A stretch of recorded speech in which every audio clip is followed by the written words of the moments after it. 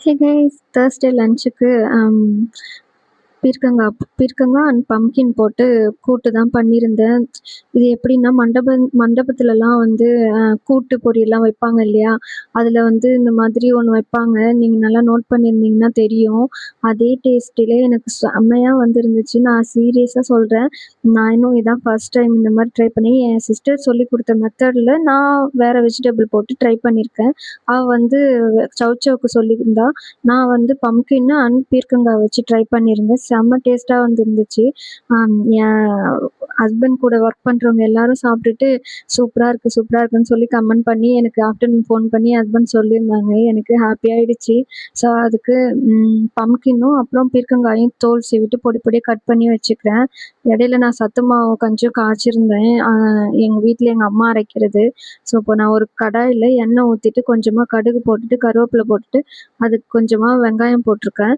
இப்ப இது நல்லா வதங்குனதும் இது கூடவே நம்ம பம்கினும் அப்புறம் பீர்க்கங்காயும் வாஷ் பண்ணி வச்சிருக்கோம் இல்லையா, கட் பண்ணி அத ஆட் பண்ணிட்டு கொஞ்ச நேரம் மூடி போட்டு வேக வச்சுட்டு, ஏன்னா பம்கின் வந்து கொஞ்சம் வேகறதுக்கு டைம் எடுக்கும். பீர்க்கங்காய் சீக்கிரமா வெந்துரும். தண்ணிலாம் எதுவும் ஆட் பண்ண தேவையில்ல ஃபர்ஸ்ட்டு. ம்.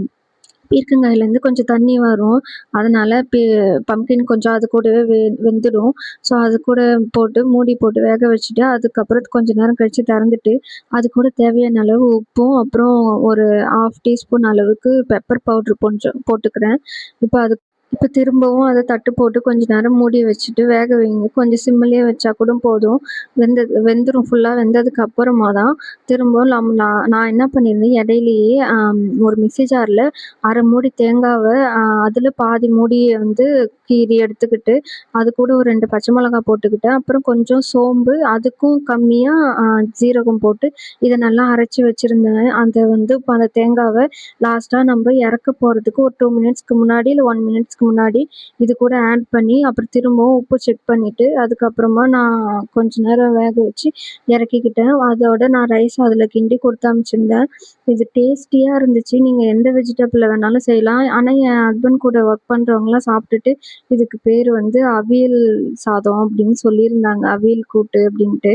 ஸோ அதுக்கு பேரு எனக்கு தெரியல. ஆனா நானா என் சிஸ்டர் சொன்னான்னு சொல்லிட்டு நான் ஒரு வெஜிடபிள் வச்சு ட்ரை பண்ணேன். அது இந்த அளவுக்கு டேஸ்ட்டா வரும்னு நான் எதிர்பார்க்கல. நீங்களும் ட்ரை பண்ணி பார்த்துட்டு கமெண்ட்ல எப்படி இருக்குன்னு சொல்லுங்க. நான் காய்ச்சின சத்து மாவோட ரெசிபி வேணும் அப்படின்னாக்கா, கமெண்ட்ல சத்து மாவுன்னு சொல்லி கமெண்ட் பண்ணுங்க. நான் கண்டிப்பா உங்களுக்கு ஃபுல்லா என்னென்ன டீட்டெயிலோ அது எல்லாமே நான் உங்களுக்கு அனுப்புறேன். எது எது வாங்கணும் அப்படின்னு மெஷர்மெண்ட்டோட அனுப்புறேன்.